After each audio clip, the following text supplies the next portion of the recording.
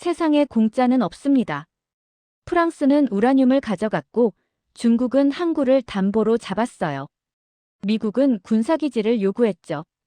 그런데 한국은 달랐습니다. 아무것도 안 가져갔어요. 대신 기술을 넘겨줬습니다. 그 결과 사막에서 물이 솟았고 문맹이던 청년이 교장이 됐습니다. 초등학교에서 한국어를 가르치기 시작했어요. 이게 대체 어떤 이야기일까요? 저는 모리타니 재무부 차관 오마르 시세입니다. 나이는 47살이고요. 15년간 국제통화기금과 세계은행을 상대하며 우리나라 경제를 지켜온 사람이죠. 그런데 11월 14일 제 사무실에서 일어난 일은 정말 충격 그 자체였습니다. 전날 중국 차관단이 우리 재무부를 방문했었어요. 1대1로 사업 중단을 통보하더군요. 80억 달러를 당장 갚으라는 겁니다. 저는 그 자리에서 멍했습니다. 80억 달러요. 우리나라 1년 예산이 겨우 20억 달러인데 말이죠. 회의실을 나서는 중국 대표단의 뒷모습을 보며 저는 무력감에 빠졌습니다. 결국 또 프랑스한테 굴복해야 하나. 그런 생각뿐이었어요. 프랑스는 이미 준비를 끝낸 상태였습니다. 우라늄 광산 50년 연장 계약서를 들고 대기 중이었죠. 미국도 마찬가지였어요. 드론 기지 하나 설치하면 3억 달러 주겠다고 했습니다. 저는 책상에 앉아서 한숨만 내쉬었어요. 이게 우리 현실이구나. 언제나 큰 나라들 눈치만 보고 살아야 하는구나. 그때 대통령 비서실장이 급하게 문을 열고 들어왔습니다. 숨을 헐떡이며 서류 몇 장을 제 책상에 놓더군요. 한국 기업들이 긴급 제안서를 보내왔다고 했습니다. 저는 피식 웃었어요. 한국이요? 여기가 어딘지나 아는 나라인가요? 아프리카 지도에서 모리타니를 찾을 수나 있을까 싶었습니다. 하지만 제안서를 펼치는 순간 웃음이 멈췄습니다. 포스코, 두산, 대우건설, 농업진흥청 연합 제안이라고 적혀 있었어요. 모리타니 지하수 개발 및 관계 농업 인프라 구축 10개년 프로젝트. 저는 조건란을 봤습니다. 그리고 다시 읽었죠. 광물 채굴권 요구 없음. 군사기지 불요구. 차관 아닌 기술협력. 모든 시설 소유권은 모리타니 정부. 저는 서류를 책상에 던졌습니다. 이건 사기야. 세상에 공짜는 없어요. 15년간 국제금융을 다루면서 배운 게 있다면 그겁니다. 누구도 아무 데가 없이 도와주지 않아요. 프랑스는 우라늄을 원하고 중국은 항구를 원하고 미국은 군사기지를 원했습니다. 그런데 한국은 아무것도 원하지 않는다고요? 말이 안 됩니다. 비서실장이 조심스럽게 말했습니다. 대통령께서 한국 대표단을 내일 만나보고 싶어 하신다고요. 저는 고개를 저었지만 거부할 수 없었습니다. 대통령 명령이니까요. 그날 밤 저는 잠을 이룰 수 없었습니다. 노트북을 켜고 한국을 검색했어요. 1960년대 사진들이 나왔습니다. 아프리카보다 가난해 보이는 나라였어요. 남루한 옷을 입은 아이들, 판잣집, 먼지 나는 길. 그런데 70년 만에 세계 10위 경제대국이 됐다고 하더군요. 중동에서 플랜트를 수주하고 베트남과 인도네시아에 공장을 세웠다고 합니다. 저는 화면을 보며 혼잣말을 했습니다. 정말 우리를 도우려는 건가 아니면 새로운 방식의 침략인가? 프랑스처럼 200년 동안 우리를 쥐어짜려는 건 아닐까? 저는 알 수 없었습니다. 하지만 한 가지는 확실했어요. 내일 만나는 한국 사람들의 눈을 똑바로 봐야겠다고요. 거짓말하는 사람은 눈을 못 봅니다. 그걸로 판단하기로 했죠. 다음 날 아침 누악쇼트 쉐라톤 호텔 회의장에 들어섰을 때 저는 긴장했습니다. 한국 대표단이 이미 와 있었어요. 단장이라는 사람은 62살쯤 돼 보이는 이철민이라는 남자였습니다. 정장 차림이었지만 묘하게 편안해 보이더군요. 저는 경계심을 늦추지 않았습니다. 그런데 이철민이 노트북을 꺼내지 않았어요. 대신 낡은 가죽 서류 가방을 열더니 흑백 사진 10장을 테이블에 펼쳤습니다. 저는 어리둥절했죠. 1953년 부산 피난민촌이라고 적혀 있었어요. 천막에서 사는 사람들, 맨발의 아이들, UN 구호물자를 받는 긴 줄. 이철민이 사진을 가리키며 말했습니다. 이게 60년 전 우리 모습입니다. 여러분보다 가난했습니다. 저는 깜짝 놀랐어요. 한국이 그렇게 가난했다고요? 지금 세계 10위 경제대국이라며요? 믿기지 않았습니다. 이철민은 계속 사진을 보여줬습니다. 1960년대 보릿고개, 1970년대 새마을운동, 1980년대 중동 건설 노동자들. 사진 속 한국 사람들은 땀범벅이었어요. 먼지투성이 얼굴로 웃고 있었습니다. 이철민이 말했습니다. 우리는 돈이 없어서 기술을 배웠고, 땅이 좁아서 바다를 메웠고, 자원이 없어서 사람을 키웠습니다. 저는 그 말을 듣고 가슴이 뭉클했어요. 우리랑 똑같잖아요. 모리타니도 돈이 없고 자원도 없습니다. 그런데 한국은 그걸 극복했다는 거죠. 마지막 사진이 나왔습니다. 에티오피아 한국농업기술센터였어요. 이철민이 말했습니다. 우리는 이미 에티오피아, 세네갈, 가나에서 10년간 농업기술을 전수했습니다. 실패도 많이 했습니다. 하지만 배웠습니다. 그래서 이젠 모리타니에서 제대로 하고 싶습니다. 계약서를 받습니다. 지하수 탐사 및 관정 500개 설치에 3년, 점적관수 시스템 1만 헥타르 구축, 농업기술센터 3곳 건설, 모리타니 기술자 1000명 양성. 총 예산 3억 달러에 무이자 20년 분할 상환이라고 적혀 있었어요. 저는 참을 수 없었습니다. 왜 광물을 요구 안 합니까? 프랑스는 우라늄을 요구했고 중국은 항구를 담보로 잡았는데 한국은 왜 아무것도 안 가져갑니까? 이철민이 저를 똑바로 봤습니다. 그의 눈이 진지했어요. 광물은 캐면 없어집니다. 하지만 기술은 전하면 영원합니다. 우리는 50년 동반자를 찾습니다. 그 순간 저는 알았습니다. 이 사람은 거짓말하지 않고 있어요. 회의가 끝나고 저는 대통령에게 달려갔습니다. 이 제안을 받아야 합니다. 이건 빚이 아니라 투자입니다. 대통령이 고개를 끄덕였습니다. 11월 22일, 우리는 한국과 협정을 체결했어요. 로이터가 특종으로 보도했고 AFP는 프랑스의 200년 독점, 한국의 균열이라는 제목을 뽑았습니다. 석 달 후, 저는 북부 아드라르주 와단 마을로 갔습니다. 한국 지하수 전문가 박진우가 탐사를 시작한다고 해서요. 이 마을은 30년간 우물이 마른 죽은 마을이었습니다. 주민 200명 중 절반이 이미 떠났어요. 남은 사람들도 곧 떠날 거라고 했습니다. 마을 이장 살렘 울드바바를 만났습니다.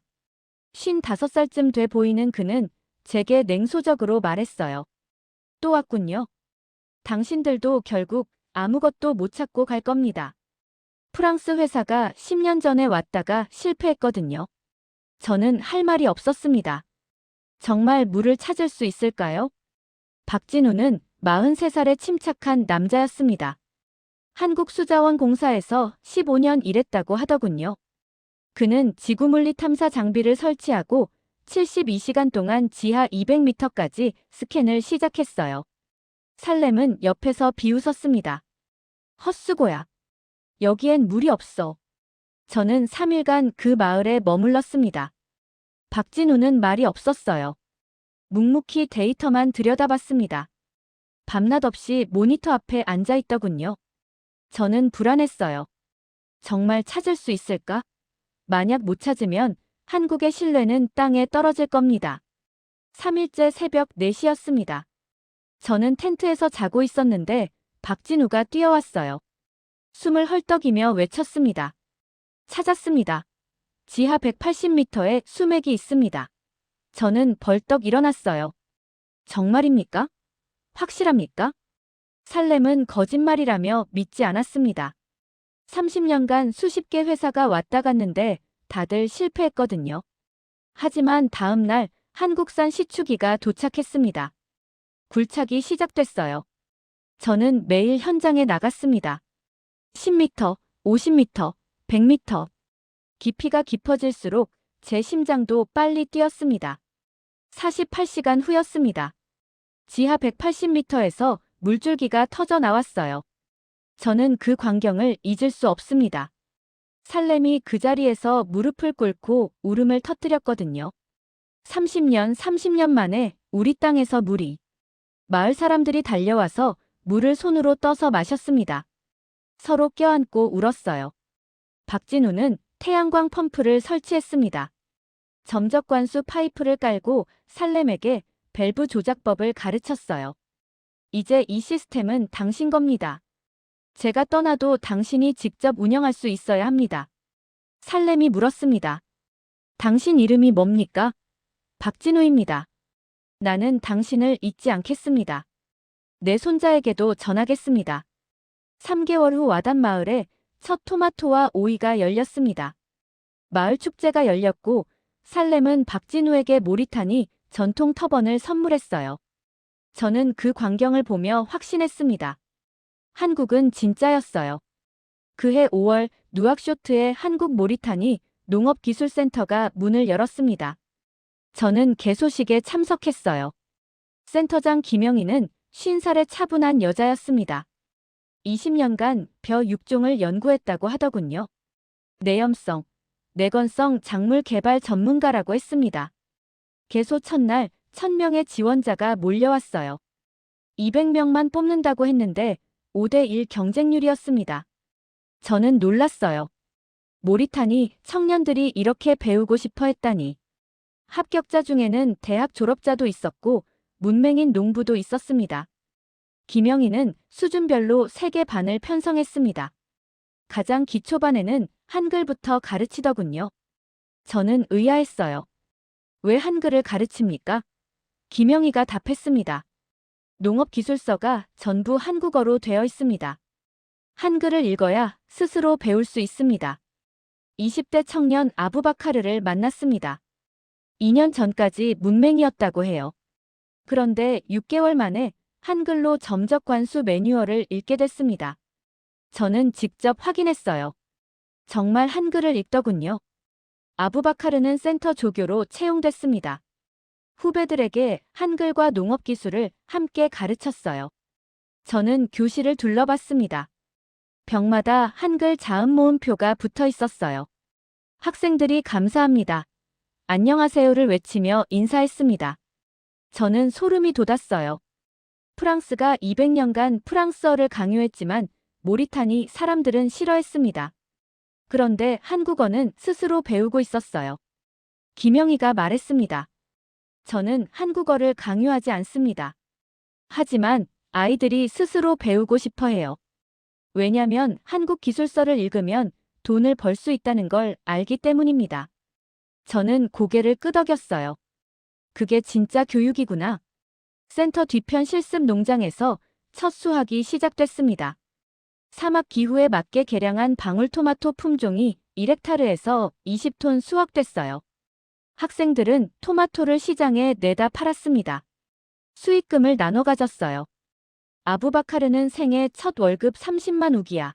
우리 돈으로 8만 원을 받았습니다. 이제 가족을 먹여 살릴 수 있다며 울더군요. 저는 그 모습을 보며 생각했습니다. 이게 진짜 원조구나. 그런데 7월이 되자 분위기가 달라졌습니다. 프랑스 외무부가 우리 정부에 공식 서한을 보내왔어요. 한국과의 농업협력은 프랑스 모리타니 우라늄 계약 위반 소지가 있다는 내용이었습니다. 중국 상무부도 논평을 냈죠. 한국 기업의 아프리카 진출은 1대1로 질서 교란이라고 했습니다. 더 큰 문제는 내부에서 생겼어요. 야당 대표 압둘라 칸이 공격하기 시작했습니다. 프랑스를 버리면 경제 제재를 받는다. 한국은 3년 후 떠날 텐데 우리만 남는다. 그의 말이 국민들 사이에서 퍼져나갔어요. 프랑스계 은행 BMC는 우리 정부 차관 금리를 일방적으로 인상했습니다. 저는 불안했습니다. 정말 한국이 끝까지 있을까? 혹시 프랑스 압박에 못 이겨 떠나는 건 아닐까? 밤마다 잠을 설쳤어요. 그때 서울에서 긴급 전화가 왔습니다. 한국기획재정부 차관이었어요. 대통령께서 직접 가신다고 했습니다. 8월 3일, 한국 대통령이 모리타니에 도착했습니다. 대통령궁 공동 기자회견이 열렸어요. 저는 긴장한 채로 지켜봤습니다. 한국 대통령이 선언했습니다. 대한민국 정부는 모리타니 농업 개발에 추가로 1,200억 원을 지원합니다. 이것은 차관이 아니라 무상 지원입니다. 저는 귀를 의심했어요. 1,200억 원을 그냥 준다고요? 프랑스 대사가 경악한 표정이었고 중국 대사는 급히 본국에 전화를 걸더군요. 한국 대통령이 이어서 말했습니다. 프랑스가 200년간 우라늄을 가져갔다면 우리는 200년 함께 갈 친구를 만들러 왔습니다. 우리 대통령이 답했습니다. 한국은 우리에게 물고기를 준 게 아니라 물고기 잡는 법을 가르쳐 주었습니다. 이것이 진짜 동맹입니다. 저는 눈물이 났어요. 이게 진짜 외교구나. 기자회견 직후 CNN이 특종을 냈습니다. 프랑스 정보기관이 모리타니 야당을 지원한 의혹이 있다는 거예요. 프랑스가 압둘라 칸에게 자금을 대고 반환 시위를 조직했다는 증거가 공개됐습니다. 국제 여론이 급변했어요. 프랑스는 공식 사과 성명을 낼 수밖에 없었습니다. 저는 대통령에게 달려갔습니다. 한국은 진짜였습니다. 프랑스와 재협상하겠습니다. 우라늄 계약 조건을 다시 짜야 합니다. 대통령이 고개를 끄덕였어요. 오마르, 이제 우리도 당당해질 때가 됐어. 10월, 로마 UN 식량농업기구 본부에서 특별 세션이 열렸습니다. 저는 우리 농업부 장관과 함께 참석했어요. 장관이 연단에 올라갔습니다. 대형 스크린에 영상이 재생됐어요. 1년 전 황량한 아드라르 사막과 지금의 모습이 나란히 보였습니다. 500개 관정, 1만 헥타르 녹지, 웃는 농부들. 장관이 말했습니다. 1년 전 우리는 식량 수입 의존도 80%였습니다. 지금은 60%입니다. 3년 후 목표는 30%입니다. 장내가 술렁였어요. 고작 1년 만에요? 저는 객석에서 가슴이 벅찼습니다. 장관은 계속 말했습니다. 이 모든 것은 한국의 지하수 기술과 점적 관수 시스템 덕분입니다. 그리고 가장 중요한 것은 한국이 우리에게 모든 기술을 넘겨줬다는 겁니다. 소유권도 운영권도 전부 우리 겁니다. 저는 1년 전 한국을 의심했던 제가 부끄러웠어요. 프랑스는 200년 동안 우리한테 뭘 남겨줬죠? 아무것도 없습니다. 한국은 1년 만에 우리를 바꿔놨어요. 그때 세네갈 농업부 장관이 발언권을 요청했습니다. 세네갈도 모리타니 모델을 도입하고 싶습니다. 한국에 공식 요청하겠습니다. 말리 대표가 손을 들었어요. 우리도요. 니제르, 부르키나파소, 차드 대표들이 연쇄적으로 동참했습니다. 저는 놀랐어요. 1년 만에 우리가 모범 사례가 됐다니. 프랑스 식민지였던 우리가 말입니다. 한국 농림부 장관이 일어섰습니다. 대한민국은 사헬 지역 8개국의 농업기술센터를 설립하고 5,000명의 기술자를 양성하겠습니다. 박수가 터졌어요. FAO 사무총장이 제안했습니다. 모리타니 한국 모델을 사헬 지역 표준으로 채택하자. 표준으로 채택하자. 표결이 진행됐고 만장일치로 통과됐습니다. 저는 믿을 수 없었어요. 모리타니 모델이라니. 우리 이름이 붙은 국제 표준이라니. 회의가 끝나자 기자들이 몰려들었습니다. BBC가 우리 장관에게 특집 다큐를 제안했어요. 로이터가 속보를 냈습니다. 프랑스 식민지였던 모리타니, 한국과 새 역사 쓰다. 알자지라는 한국식 농업혁명, 아프리카를 바꾸다라는 제목을 뽑았습니다. 저는 로마 호텔방에서 이 장면을 TV로 봤습니다. 눈물이 흘렀어요. 20년간 국제통화기금과 세계은행에 손 벌리던 우리가 이제 다른 나라의 롤모델이 됐습니다. 창밖 로마 야경을 보며 저는 생각했어요. 한국이 우리에게 준 건 돈이 아니라 자존심이었구나. 스스로 설 수 있다는 자신감이었구나. 프랑스가 200년 동안 못 준 걸 한국은 1년 만에 줬습니다. 5년이 흘렀습니다. 저는 재무부 장관이 되어 아드라르주를 다시 방문했어요. 5년 전 사막이었던 이곳은 완전히 달라져 있었습니다. 차로 1시간을 달리는 내내 녹색 농장이 펼쳐졌어요. 여의도 3배 크기라고 했습니다. 관정 2,000개, 점적관수 농지 5만 헥타르, 태양광 발전소 50메가와트, 농산물 가공 공장 3개, 농업기술학교 1개. 단지 입구에서 관리자를 만났습니다. 모리타니 사람이었어요. 한국인 전문가는 어디 있냐고 물었더니 10명만 남아있다고 했습니다. 나머지는 전부 모리타니인으로 교체됐대요.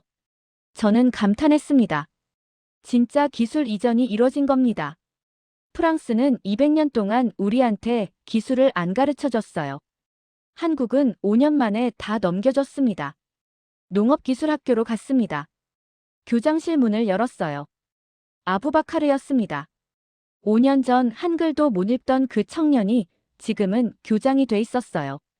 500명의 학생을 가르치고 있다고 했습니다. 한국농촌진흥청에서 2년간 연수를 받고 돌아왔대요. 교장실에는 태극기와 모리타니, 국기가 나란히 걸려 있었습니다. 아부바카르가 말했습니다. 장관님, 저는 한국어를 잊지 않습니다. 왜냐면 최신 농업기술 논문이 전부 한국어로 나오거든요. 그는 여전히 학생들에게 한글을 가르치고 한국농업대학과 화상 수업을 진행했습니다. 저는 통계 자료를 요청했어요. 숫자로 확인하고 싶었거든요. 아드라르주 1인당 소득은 5년 전 대비 3배 증가했습니다. 실업률은 45%에서 18%로 떨어졌어요. 모리타니 전체 식량 자급률은 20%에서 55%로 올랐습니다. 수출도 시작됐어요. 토마토와 오이를 유럽에 팔고 있었습니다. 연간 2억 달러어치나 됩니다. 그날 저녁 단지 광장에서 수확축제가 열렸습니다. 수천 명이 모였어요. 저는 연단에 섰습니다. 5년 전 우리는 한국을 의심했습니다. 하지만 한국은 약속을 지켰습니다. 이제 우리 차례입니다. 우리가 배운 것을 주변 나라들에게 나눠야 합니다. 박수가 터졌습니다. 농부들이 모리타니를 외쳤어요. 저는 그제야 알았습니다. 우리도 이제 누군가를 도울 수 있는 나라가 됐다는 걸. 한국이 우리를 그렇게 만들어줬습니다. 그해 12월, 제 집에서였습니다. 7살 손자 유세프가 제게 물었어요. 할아버지, 학교에서 한국어 배우는데 왜 배워야 해요? 저는 손자를 무릎에 앉혔습니다. 할아버지가 너만 했을 때 모리타니는 아주 가난했단다. 먹을 게 없어서 다른 나라에서 도움을 받아야 했지. 프랑스한테, 중국한테, 미국한테. 그런데 한국이라는 나라 사람들이 왔어. 그들은 우리 땅에서 물을 찾아줬고 농사 짓는 법을 가르쳐줬어. 할아버지는 처음엔 믿지 않았어. 세상에 공짜는 없다고 생각했거든.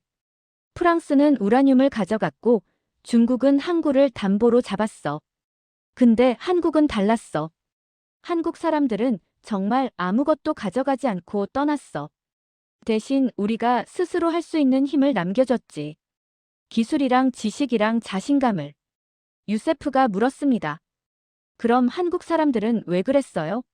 착해서요? 저는 잠시 생각하다 답했습니다. 그들도 옛날에 우리처럼 가난했대. 1960년대엔 아프리카보다 못 살았어. 그래서 우리 마음을 알았던 거야. 가난이 얼마나 고통스러운지. 그리고 그들은 받은 만큼 돌려줘야 한다고 믿는 사람들이야. 유엔이 도와줬으니까 이젠 자기들이 도와줄 차례라고 생각하는 거지. 다음 날 저는 대통령 집무실에 보고서를 제출했습니다. 한국 모리타니 농업협력 10년 평가 보고서였어요. 총 투자액 5천억 원, 모리타니 부담 30%, 한국 부담 70%. 농지 조성 15만 헥타르, 기술자 양성 8,000명, 식량 자급률 20%에서 60%로 농업 수출 연간 2억 달러. 보고서 마지막 장에 저는 이렇게 썼습니다. 프랑스는 200년간 우라늄을 가져갔고 중국은 항구를 담보로 빚을 쥐어주었습니다. 하지만 한국은 6년간 기술을 남겼고 우리가 스스로 서는 법을 가르쳐 주었습니다. 모리타니는 이제 구걸하지 않습니다. 우리에게 필요한 건 동정이 아니라 동료였고 한국이 그 동료가 되어 주었습니다. 그날 저녁 뉴스에서 발표됐습니다. 모리타니, 정부, 한국어를 초등학교 선택 과목으로 공식 채택. 저는 TV를 보며 미소 지었어요. 손자 유세프가 옆에서 한글 공책을 펼치고 기역, 니은, 디귿을 따라 썼습니다. 할아버지, 이거 맞아요? 잘했어, 유세프야. 창밖으로 누악쇼트 시내가 보였습니다. 곳곳에 한국농업은행, 한국농자재, 한국기술학교 간판이 보였어요. 저는 생각했습니다. 모리타니가 한국 땅이 된 건 아니다. 하지만 한국의 씨앗이 모리타니에 뿌리 내렸다.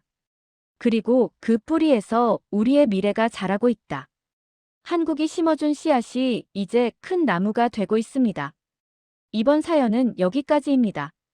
오늘 사연은 어떠셨나요? 오늘의 사연이 마음에 드셨다면 좋아요 한번 부탁드립니다. 여러분의 좋아요와 구독은 영상을 만드는데 큰 힘이 됩니다. 긴 영상 시청해주셔서 감사합니다. 오늘도 행복이 넘치는 하루 되세요.